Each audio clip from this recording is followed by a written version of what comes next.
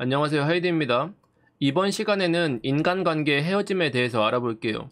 많은 분들이 사주를 볼 때 언제 어떤 인연을 새롭게 만나는지를 많이들 궁금해 하시더라고요. 근데 저는 운을 볼 때 만남보다는 이별의 시기와 그 이유에 대해 포커스를 맞추는 편입니다. 대체로 사주에서 부정적인 시기들을 먼저 짚어보는 편이에요. 왜냐면 행복감이 크면 클수록 이별 후에 남는 상처가 훨씬 크기 때문입니다. 인간은 기계가 아니기 때문에 주어진 설계도대로만 살지 않습니다. 만약에 설계도와 똑같이 살아간다고 하면 생년월일이 같은 사람들은 다 똑같은 삶을 살아가겠죠. 사람이 100명이 있다면 100개의 사주가 있는 것입니다. 그리고 100개의 삶의 경험은 모두 미묘하게 다를 텐데, 저는 달라지는 원인을 부정적인 경험과 긍정적인 경험이 얼만큼 누적되어 있는지를 봐요. 우리가 일반화할 수는 없지만 연쇄 살인범이나 사이코패스 범죄자 같은 경우는 공통적으로 어릴 때 부정적인 경험을 겪었다는 점을 꼽기도 하는데, 저는 자기 삶에서 임팩트가 큰 부정적인 사건들에 대해서는 되게 신중하게 꼼꼼하게 살펴보는 편입니다. 이게 살아가는 동안 지속해서 영향을 미치게 되거든요. 단순히 그런 일을 극복을 하냐 마냐, 과거 상처를 치유하느냐 이런 것과는 다른 이야기입니다. 그만큼 부정적인 사건이 인생에 많은 영향을 끼칠 수 있다는 얘기예요. 만약 여러분이 이전 연애나 결혼에서 어떤 트라우마가 생길 수 있는 상처를 받았다면 분명 다음 사람을 만나거나 중요한 결정을 할 때 영향을 미치게 될 테니까 그렇습니다. 가령 새로운 좋은 사람이 들어오는 운인데 바로 직전에 고통스러운 이별 같은 걸 겪었다면 새로운 만남의 기회를 덥석 붙잡기가 힘들 거예요. 결국 우리 팔자는 정해져 있지만 운을 통해 겪는 경험과 마주치는 인연이 모두 다르기 때문에 운명은 정해져 있기도 하고 자기 선택에 의해서 바뀌기도 하는 거죠. 오늘은 여러분에게 찾아올 수 있는 이별의 시기와 헤어진 이유에 대해서 알아볼 텐데, 꼭 연애 관계가 아니더라도 인간 관계의 여러 부분에 적용할 수 있을 거니까 익혀두시면 도움이 많이 되실 겁니다. 제가 월운에서 하는 연애운 같은 것도 폭넓게는 사람과의 관계를 의미해요. 그거를 이미 꿰뚫고 있는 분들도 계시던데, 지난 컨텐츠 중에 처세술이라든지 연애 관련된 컨텐츠들도 사실은 일반적인 인간관계에 적용해서 보신다고 하면은 응용하실 때 무궁무진하게 사용 가치가 높은 거니까 이런 팁 같은 것들 알아두시면 좋을 것 같습니다. 일단 사주에서 이별을 보는 방법은 꽤 여러 가지가 있어요. 대중들에게 알려진 단식 같은 쉬운 방법들도 있고, 학파에 따라서 비법처럼 숨겨서 사용하는 것들도 있습니다. 보통 가장 많이 얘기하는 게 글자들이 합쳐지고 충돌하는 합충 아니면 신살이죠. 아마 헤어지고 나서 사주 보러 가셨을 때 남자친구랑 너랑 충이네? 여자친구랑 헤어질 살이 들어있었네? 이런 이야기 들어보신 분들이 계실 거예요. 지살이 들어오면 서로 생사를 모르는 이별수가 생긴다. 망신살이 들어오면 이혼한다. 천살이 들어오면 헤어짐이 생긴다. 화개살이나 공망이 들어오면 이러쿵저러쿵 해서 하늘이 무너지고 그렇죠.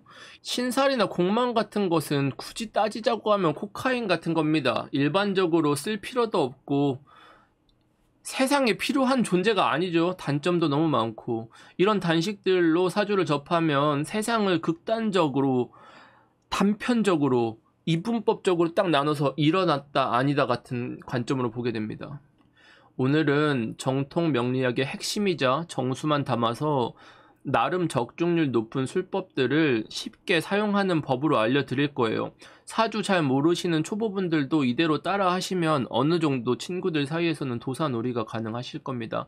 먼저 인터넷에 아무 만세력이나 찾아서 자기 생일이나 보고 싶은 사람의 생년월일, 양음력, 태어난 시간을 입력해 보도록 합시다. 가끔 어떤 만세력 프로그램이 좋냐고 물어보시는 분들 계신데 다 거기서 거기니까 무료의 만세력 중에 자기가 편한 거 쓰시면 됩니다. 돈 내고 쓰실 필요는 없어요. 생년월일을 입력하면 이렇게 자기 사주에 내 기둥과 8글자가 나오죠. 이런 화면을 띄워놓고 보시면 됩니다. 그럼 설명을 드릴게요. 일단은 사주 명리학을 떠나서 모든 학문이라는 체계를 갖춘 것들에서는 대전제가 있습니다. 사주라는 것은 동양 철학에 속하고 이 동양의 철학적인 것에는 음양이라는 대전제가 깔려 있어요. 그리고 이 음양에서 파생된 오행이라는 5가지의 기운들이 속해 있는 거죠. 오행의 세부 단계로 나눈다고 하면은 갑을병정 무기경신임계라든지 십이지지라든지 하는 글자들로 나누어져 있습니다. 음양과 오행이라는 대전제를 바탕으로 하고 일간을 나라고 설정한 다음에 다른 글자들의 관계를 보는 거예요. 이 관계성을 보는 것은 십성이라고도 하고 육신이라고도 합니다. 저는 항상 육신이라고 배웠었는데 요즘 분들이 십성이라는 말들을 좀 많이 쓰시는 편이죠. 흔히 철학관에 가시면 관이 있네 없네, 관운이 들어왔네, 이런 얘기 들어보신 적이 있을 겁니다. 관이라는 글자가 사회적인 쓰임새로 봤을 때는 다른 글자를 억압한다라는 해석을 하게 됩니다. 그러면은 사회의 규칙을 중요하게 지켜야 하는 군인이나 경찰을 하셔야 됩니다. 왜냐면 다른 글자를 억압하기 때문에, 이런 말들을 하는 거예요. 물론 맞는 얘기는 아닙니다. 이렇게 가지를 쳐서 맨 아래 단계까지 내려가다 보면은 있어도 되고 없어도 되는 단식들이 나오는 거예요. 여러분들이 많이 사용하는 뭐 신살 같은 겁니다. 사주 명리학이라는 범주에 속하는지도 애매한 것들, 근거가 부족한 이론들도 되게 많아요. 그럼 가령 사주가 관이 발달되어 있다, 관격이다. 그러면 그런 사람들은 다 군인이나 경찰 같은 어떤 무언가를 억압하는 종류의 직업을 삼아야 되느냐? 만약에 같은 관격이 그렇다고 하면 군인 사주와 경찰 사주의 차이점은 뭘까? 그래서 막 저런 복잡한 단계들을 다 들어가면 세부적으로 계속 한도 끝도 없이 들어가게 되잖아요. 이런 잡기술들을 다 걷어내고 대전제로만 딱 보는 겁니다. 그래서 제가 아까 대전제가 뭐라고 했죠? 음양과 오행이라고 했습니다. 먼저 크게 음양이라는 개념으로 볼게요. 이게 단순하게 양일간, 음일간을 말하는 게 아니기 때문에 이 개념을 알고 보셔야 됩니다. 사람은 누구든지 간에 이별을 겪죠. 당연히 그 시점에서는 아플 거예요. 하지만 어떤 사람은 아픔을 딛고 일어서고 어떤 사람은 그 고통에서 헤어나기가 힘들 겁니다. 이것을 구분하는 기준이 자기 사주의 음양의 밸런스가 적절하게 맞춰져 있는가입니다. 사주에서 가장 중요한 것이 바로 이 균형이라는 거예요. 용어로는 중화라고 합니다. 어느 기운에 치우치지 않는 걸 말해요. 음과 양이라는 걸 바꿔서 표현하면 마이너스랑 플러스죠. 덧셈과 뺄셈, 빛과 어둠, 음전자, 양전자처럼 상대적인 의미를 갖습니다. 그럼 이 음양이라는 개념을 뭘로 잡아야 되느냐? 먼저 여러분들이 많이 아시는 일간의 개념으로 봅시다. 사주에는 각자 글자가 음과 양의 기운을 가지고 있어요. 그리고 이 기준을 어떻게 잡는지에 따라서 용법이 바뀌기도 하는데, 이게 기준에 따라서 바뀌는 부분이라서 헷갈리는 분들이 많으실 거예요. 그래서 집중을 잘 하셔야 됩니다. 먼저 사주의 양에 해당하는 글자 위주로 되어 있거나 음에 해당하는 글자가 적절하게 밸런스가 맞지 않고 한쪽으로 쏠려 있다고 하면은 이것을 밸런스가 깨진 거라고 하는 거예요. 만약에 특정한 글자가 음의 기운이나 양의 기운으로 쏠려 있게 되면은 빛이 가득한데 어둠이 없는 거예요. 더하기만 있고 뺄셈이 없는 것과 같습니다. 그러니까 만나는 것만 인정하고 헤어짐은 인정하지 않는다는 거랑 같아요. 사주에서 음양의 밸런스가 깨져 있다는 것은 뭐냐면, 마치 영원할 것처럼 만나고 영원할 것처럼 그 사람한테 헌신하고 사랑하고 마음을 주고 인연을 맺고 자기의 모든 것을 다 줄 것처럼 사랑을 합니다. 인연도 그렇게 해요. 그래서 이별이 찾아왔을 때 그 상처가 대단히 커지게 됩니다. 여기에서 조금 더 고수처럼 보시려면은 자기 사주에서 세력을 봐야 돼요. 세력을 보기 위해서 양과 음에 해당하는 글자에 계절의 의미를 더해 보도록 하겠습니다. 사주에서 봄과 여름이라는 것은 양에 해당하는 구간이고, 가을과 겨울은 음에 해당하는 구간입니다. 자기가 태어난 계절이라는 것은 사주에서 가장 중요한 자기가 살아가는 시간대를 말해요. 만약 자기 사주가 봄, 여름 구역에서 화의 기운이 강하거나 가을, 겨울 구역에서 수의 기운이 강하신 분들은 시간에 따라 경험을 쌓아가는 게 아니라 자신의 계절에 영원히 살고 있는 것과 같아요. 가령 겨울에 수의 기운이 강하신 분들, 금의 기운도 강하다고 하면 이걸 금생수되었다고 합니다. 그러니까 같은 구간 안에 있느냐가 중요한 거예요. 강한 금의 기운이 있어서 차가운 물을 만드는 것, 가을에 찬바람이 불면 더 추운 겨울을 오게 만드는 거잖아요. 그래서 이렇게 계절을 포함해서 내가 해당하는 기운이 발달하신 분들은 내가 한 번 만나도 영원할 것처럼 사귀고 결혼할 것처럼 만나고 내일이 없는 것처럼 진심을 다합니다. 이 사람들은 앞과 뒤가 똑같아요. 내가 보여주는 게 전부예요. 어찌 보면 깊이 있고 진솔하고, 나쁘게 말하면 자기가 보는 것이 전부인 단순함을 가지고 있다는 거예요. 내가 바라보고 싶은 대로만 바라봅니다. 그걸 견디지를 못해요. 인간관계에 있어서도 거의 진국이라는 소리를 듣고 굉장히 깊이 있고 진지한 관계를 원해요. 얕고 넓은 관계를 원하지 않아요. 이런 분들이 헤어지거나 뒤통수를 맞았다면 당연히 다른 분들보다는 그 상처가 더욱 클 수밖에 없습니다. 이렇게 사주에서 가장 중요하고 기본이 되는 음양의 균형이 깨어져 있는 분들은 그것만 가득한 거예요. 내가 좋아하는 마음이 있으면 좋아하는 마음이 전부입니다. 이게 끝나지 않는 거랑 같아요. 그래서 시기와 상관없이 마음 한편에 이별, 응어리진 기억, 상처에 의해서 뻥 뚫린 빈자리가 생기면 이게 영원히 없어지지 않고 그냥 남아버리는 거예요. 그래서 이런 트라우마가 있게 되면 새롭게 무언가 시작하는 것도 어렵고 귀찮다고 말하지만 사실은 이 상처가 거대하게 있는 겁니다. 그럼 조금 더 세부적으로 들어가서 어떤 시기에 이런 힘든 이별과 헤어짐을 겪게 되는지를 알아봐야겠죠? 무언가를 기준해서 나누는 게 음양인 거고 이게 사주를 보는 가장 기본적인 시선이라는 것을 기억을 하셔야 돼요. 이별의 시기라는 것을 보려면 시간이라는 관점, 사주에서는 계절적 의미의 오행으로 나눠서 보셔야 됩니다. 먼저 헤어진다는 개념을 정리해 보도록 할게요. 헤어진다는 것은 무언가를 가졌다가 상실했다는 의미입니다. 그럼 자기 사주에서 가진 것과 갖지 못한 것을 나눠볼 수가 있겠죠. 이렇게 접근을 해볼게요. 그 기준을 무엇으로 나눌 거냐? 제가 또 제 마음대로 나눠볼게요. 그 기준을 수화로 이렇게 한 세트 나눌 거고 목금으로 한 세트를 나눌 겁니다. 가령 이런 사주가 있다고 칩시다. 화의 기운은 전혀 갖지 못했고 빨간색이 없죠. 수의 기운은 가장 많이 가지고 있는 거죠. 금의 기운도 강합니다. 하지만 아까 세력을 보라고 했죠. 이 가장 강한 금의 기운이 수로 흘러가기 때문에 금수가 같이 흘러가는 겁니다. 그러면 화의 기운이 오는 이런 시기에 내가 갖지 못한 글자가 오는 겁니다. 만약 내 사주에서 없는 글자가 올 때 인연을 만났다면 내가 평소에 만나던 방식으로 온 게 아니에요. 자기가 갖지 못한 글자라는 것은 내가 한쪽으로 치우쳐져 있었다는 거고 그건 내가 갖지 못한 것에 대한 갈망을 만들게 됩니다. 우리가 보통 익숙한 만남보다는 낯선 만남에 특별한 의미 부여를 하게 되잖아요. 매일 가는 학교에서 만나는 친구 같은 사람이나 직장 동료랑 썸 탄다고 생각하면 극혐하는 분들이 계실 거예요.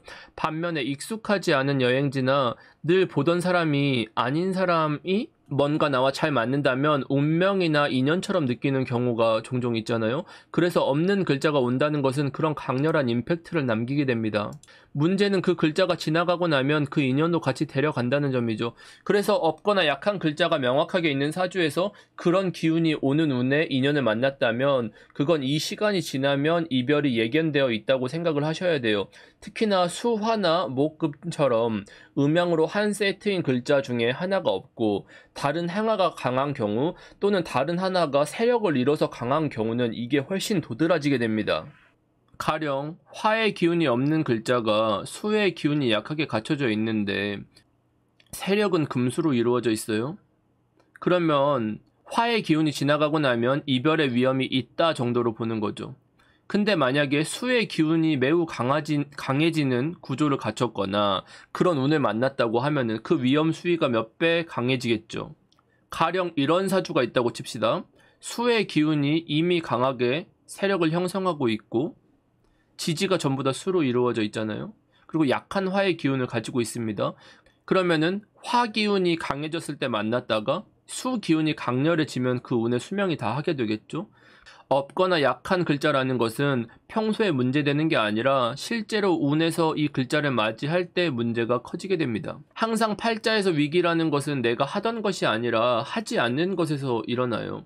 내가 가지고 있는 글자는 이미 파악하고 다 알고 있다는 뜻입니다. 그러니까 위험이라고 하더라도 그 양상이나 해결 방법을 쉽게 찾아낼 수가 있는 거죠. 하지만 없는 글자 아니면 약한 글자라는 것은 그것은 경험했다고 하더라도 언제든 없어질 수 있는 거의 없는 것과 같은 글자라는 겁니다. 매번 새로운 운이 올 때마다 그에 맞게 재학습을 하고 힘겹게 적응해야 한다는 의미예요. 그러니까 글자라는 것은 자기 사주에 적당히 갖춰지는 게 가장 좋습니다. 내가 가지고 있지 않다라는 것은 그 글자에 대한 적응력도 떨어지고 없는 글자이기 때문에 갈망하거나 휘둘리거나 끌려다니기가 쉬워요. 그리고 그 운이 지나고 나면 글자도 같이 사라지는 거죠. 이렇게 크게는 음양과 오행으로 틀과 기준을 잡아야 됩니다. 목금은 한 세트, 수화가 한 세트 이렇게 기억을 하고 계시면 쉬워요. 제가 수화, 화랑, 목금 이렇게 두 가지 그룹으로 나눴는데 음양, 오행 중에서는 오행이라는 것을 음양의 개념으로 제가 다시 나눠봤어요. 이걸 쉽게 이해를 하려면 계절로서는 봄에서 가을까지 농사의 시작과 끝이 한 쌍인 거죠. 씨를 뿌리고 결실을 얻는 거. 그리고 가장 더운 여름과 가장 추운 겨울이 한 세트가 되는 거예요.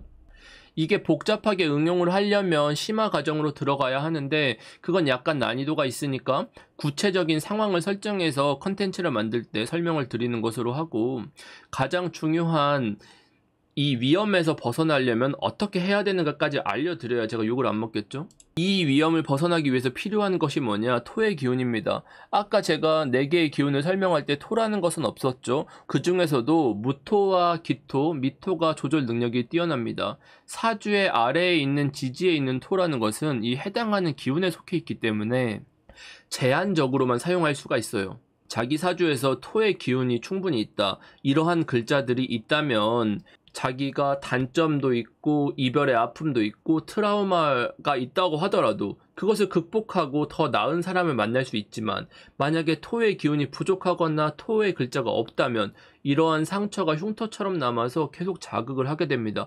음양이라는 것은 조절할 수 있어야만 피해를 주지 않는 거예요. 여기서 조금 더 깊이가 들어가면 난이도가 급격하게 어려워지니까 재회 가능성이 높은 사주라든지 복잡한 관계나 어떤 사건 같은 게 개입되는 경우는 다른 컨텐츠를 통해서 세부적으로 다뤄보도록 할게요. 자, 오늘은 음양과 오행을 통해서 힘든 이별이 예견된 팔자와 언제 헤어지는지, 어느 정도의 아픔을 가지고 가게 되는지를 알아봤습니다. 다음 시간에는 우리가 이별하게 된 숨겨진 진짜 이유 같은 것들을 밝혀보고, 과연 재회를 할 수 있을지, 지난 인연보다 더 좋은 귀인 같은 사람을 만날 수 있을지, 혹은 그 사람을 어떻게 꼬셔야 할지, 이런 것들을 알아보도록 할게요. 오늘도 시청해주셔서 감사하고, 재밌게 보셨다면 복채는 조9R, 좋아요, 댓글, 구독, 알람 설정으로 받겠습니다. 시청해주셔서 감사합니다. 빠이염.